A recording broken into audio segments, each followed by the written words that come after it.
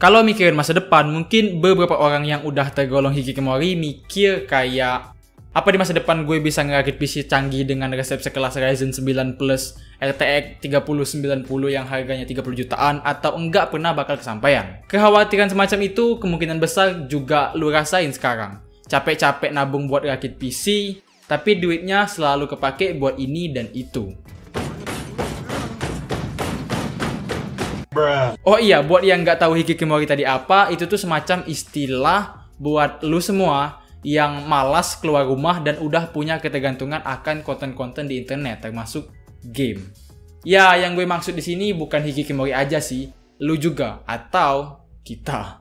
Oke, percaya nggak percaya, mitos atau anggapan mending rakit PC, atau mending rakit PC bakal musnah dan kemudian hilang buat beberapa tahun mendatang. Entah itu 2-3 tahun lebih cepat atau butuh waktu sampai 5 tahun ke depan. Kenapa gue bisa menyimpulkan kalimat tersebut? Karena sekarang udah ada yang namanya cloud technology yang bikin potensi kecanggihan masa depan bakal segera terwujud.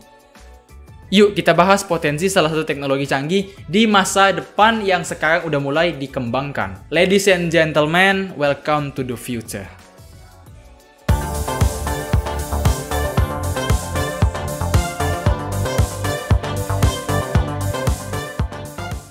Oke, mungkin lu sempet mikir gue bakal ngebahas 5G. Itu emang ada kaitannya sama yang bakal gue bahas di sini. Tapi bukan itu yang jadi fokus utama gue, melainkan soal cloud gaming.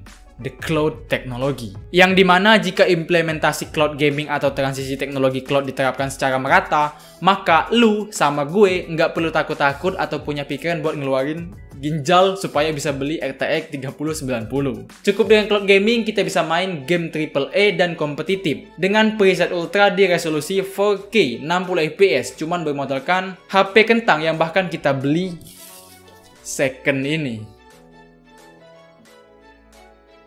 Buat yang nggak tahu, cloud gaming itu adalah teknologi yang memungkinkan kita sebagai pemain bisa memainkan game AAA kompetitif alias game yang membutuhkan spesifikasi PC tinggi. Tapi bisa kita mainkan di PC kita yang memiliki spesifikasi jauh lebih rendah. Atau sekedar memainkannya menggunakan tablet dan juga smartphone. Itu udah bisa. Kurang lebih kayak kita streaming video atau film gitu. Tapi kita bisa mainin dan gerakin langsung apa yang kita streaming atau kita tonton tersebut. Kalau mau denger pembahasan gue lebih lengkap, yuk kita lanjut. Tapi gue harus kasih warning di sini. Sebagian besar pembahasan dalam konten ini adalah opini, prediksi, dan juga kemungkinan-kemungkinan yang bisa aja terwujud. Atau malah nanti cuma jadi fosil. Jadi jangan beranggapan dan malah nganggap ini sebagai solusi pasti. Tapi seenggaknya buat kita yang emang kapasitasnya nggak kesampaian buat nyicipin teknologi-teknologi high-end kayak GPU sekelas RX 6900 dari AMD atau RTX 3090 miliknya Nvidia, kita jadi punya harapan. Ya, cloud gaming memungkinkan kita bisa main game apapun yang kita mau menggunakan HP atau PC yang seharusnya nggak cukup kuat untuk memainkan game-game tersebut. Game-game itu. Sekarang aja udah ada layanan berlangganan cloud gaming dengan tarif 150 ribuan per bulan. Supaya penggunanya bisa main game apa aja, termasuk game paling berat cuman dengan bermodalkan duit 150 ribu untuk biaya berlangganan per bulan, joystick bluetooth, kemudian PC atau laptop, HP, kentang buat menampilkan gameplaynya. Intinya ketika menggunakan cloud gaming itu, kita cuman butuh perangkat buat jadi penampil layarnya doang. Jadi mau sekentang apapun PC atau HP, kalau kita berlangganan cloud gaming, maka kita bisa main game apapun yang kita mau di HP atau PC itu tadi. Cuman kalau gamenya udah terdaftar di cloud gaming sih, kalau enggak ya belum bisa. Cloud gaming ini kurang lebih sama kayak cloud server hosting website-website lah. Jadi kita tuh nyewa sebuah cloud yang mana cloud tersebut sebenarnya adalah komputer dengan komponen-komponen yang canggih dan punya performa tinggi. Buat yang mungkin belum paham, jadi implementasinya tuh sama kayak kita ngontrol komputer orang pakai software pengendali seperti TeamViewer. Kita pengontrol komputer sebagai konsumen atau pelanggan, lalu yang kita kendalikan adalah apa yang kita sewa. Enaknya cloud gaming, ya kita ngerasain bener-bener real time. Jadi kayak beneran kita yang main di PC canggih itu langsung. Padahal kita kayak ngontrol streaming. Oh iya, kalau lo tertarik buat cobain cloud gaming 150 ribuan per bulan yang gue maksud tadi, lo bisa berlangganan di Xbox Game Pass. Intinya ya lu harus register dan jadi pelanggan Microsoft Xbox, sama ngebeli joystick Bluetooth buat jadi controllernya. Harganya ratusan ribu sih kalau joystick yang itu. Game-game yang bisa kita mainin menggunakan cloud gaming di situ meliputi Resident Evil 2, 3, 4, 5, 7, The Witcher, FIFA 2020, dan ratusan game kece lainnya. Itu semua game bisa kita mainin di preset mentok kanan paling ultra, 60 fps, bahkan di resolusi 4K sekalian. Kebetulan sekarang ada diskon 90% buat pengguna PC yang pengen nyobain Xbox Cloud Gaming. Jadi biayanya itu cuma $1 aja, alias setara Rp13.000. Wow. Sebelum masuk kuburan, game Losaga Indonesia juga sempet gini dulu. Jadi waktu itu lagi rame-ramenya orang bisa main Losaga di HP, yang padahal itu game PC. Nah, itu bisa terjadi juga karena make yang namanya cloud gaming teknologi tadi. Buat gue yang cuman penasaran gimana experience ketika bermain game AAA dan game-game yang butuh mesin canggih sekelas RTX series, cloud gaming bisa jadi pilihan banget. Jadi nggak perlu investasi jangka panjang dengan ngerakit PC yang butuh modal berjuta-juta sampai ratusan juta. Puluhan juta mungkin.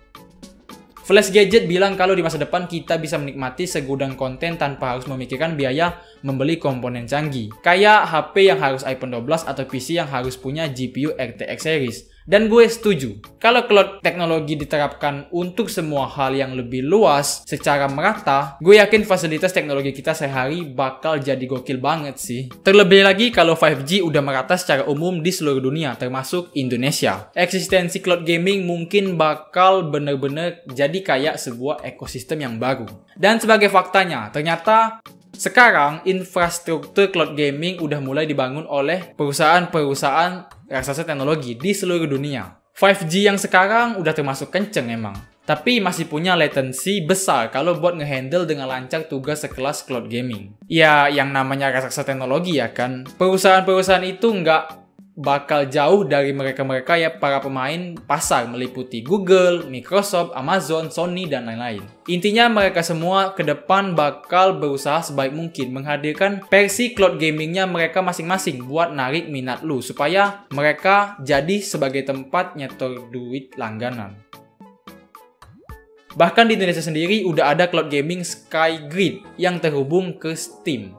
Artinya dengan menggunakan layanan cloud gaming lokal itu, kita bisa mainin game-game di Steam menggunakan tablet, HP, atau PC kentang yang kita punya di rumah. Tapi maaf, PC gue nggak masuk kategori itu lagi.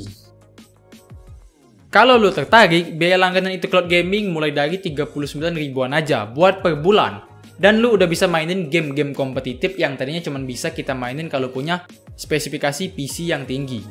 PC. Tapi gue harus kasih tahu dulu di sini. Cloud gaming yang ada sekarang semuanya belum benar-benar stabil. Bahkan Xbox Gaming Cloud itu aja masih berstatus sebagai sebuah program beta. Kita semua pasti berharap cloud gaming bisa menyelimuti era digital kita, cepat atau lambat. Mungkin lu pada nanya, emang spesifikasi komputer cloud gaming yang jadi penampung utama game-game yang kita mainkan kayak apa sih? Setiap layanan cloud gaming pasti make yang beda-beda soal komputernya, dan juga spesifikasinya pasti juga beda. Gue nggak tahu secara detail dan spesifik, tapi gue cuman bisa kasih gambaran. Maksud gue mau kasih gambaran. Kurang lebih bakal seperti komputer rakitan channel kios komputer yang total harganya 150 juta rupiah, atau mungkin bisa sampai kayak komputer IBM Z14 yang dibeli oleh Bapak Anies Baswedan yang harganya sampai 66 miliar rupiah. Kalau misalkan prosesor PC kita satu core cuman punya kecepatan sekitar 1-2 GHz, maka prosesor yang dipakai cloud server satu core-nya bisa 3-6 GHz ke atas. Jadi di satu komputer bukan cuma kita doang yang ditampung, tapi ada belasan sampai ratusan orang juga yang menggunakan komputer cloud tadi. Intinya dia bukan pakai prosesor buat pemakaian sehari-hari manusia satu kita. Maksud gue satu orang kayak kita aja. Di sini gue nggak ngebahas soal yang terlalu teknis ya, kayak virtual mesin, manufacture, arsitektur, cloud computing, cloud storage, dan lain-lain. Mungkin itu bakal gue bahas kalau yang minat sama konten ini angkanya lumayan. Gue nggak tahu apakah sekitar 3 atau 4 tahun lagi kita masih membutuhkan hardware yang canggih dan mahal buat ngerakit PC atau enggak. Soalnya kalau cloud gaming udah merata dan jadi sebuah hal yang mainstream kayak kita yang udah biasa megang HP sehari-hari, gue rasa semuanya bisa aja tergantikan total. Toh nanti kita mau main game apapun yang bahkan harusnya cuma bisa di PC, setelah cloud gaming jadi merata dan umum digunakan, kita bisa mainin itu game cuma dengan menggunakan HP kita aja. Jadi satu perangkat compact ini berubah sebagai device multifungsi pengganti PC. Kalau lu seorang gamers yang mainnya di PC sih. Kalau ngedit-ngedit video mungkin tetap kalau cloud saver bisa bikin kita main game di HP, otomatis hal semacam ngedit pakai software komputer di HP jadi ikutan bisa ya.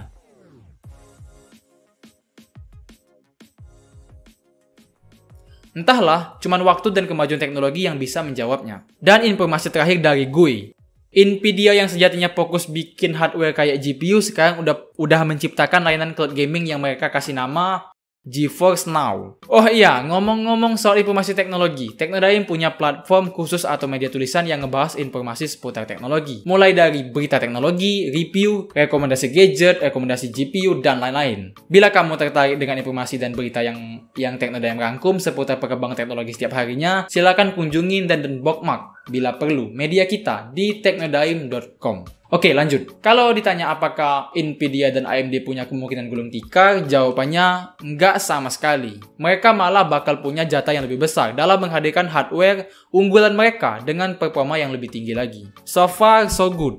Sekarang kita tinggal nunggu kapan 5G merata di seluruh dunia. Dan kapan pula semua layanan cloud gaming bisa mengoptimalkan layanan mereka. Soalnya sekarang kan mereka masih punya problem, bug, isu ini dan itu. Lagi pula harus digarisbawahin juga, untuk menggunakan layanan cloud gaming, kita harus terkoneksi ke internet dengan jaringan yang juga harus sangat stabil. Jadi tergantung ke kita juga bisa adaptasi atau enggak. Maksud gue tergantung ke provider yang kita pakai.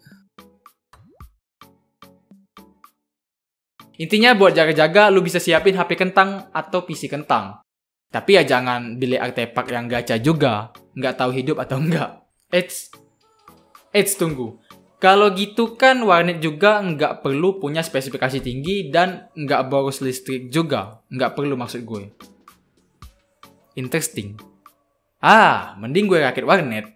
Teknologi itu indah ya bro.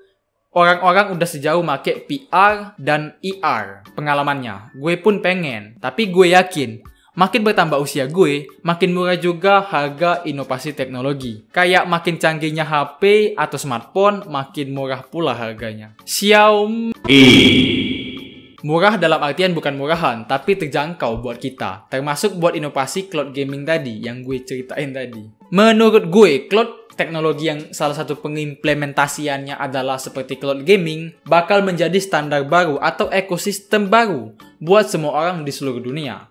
Setuju enggak lo sama gue? Silahkan tulis aja tanggapan lu soal pembahasan ini di kolom komentar bawah. Semoga bermanfaat dan sampai ketemu di konten Technodyne berikutnya.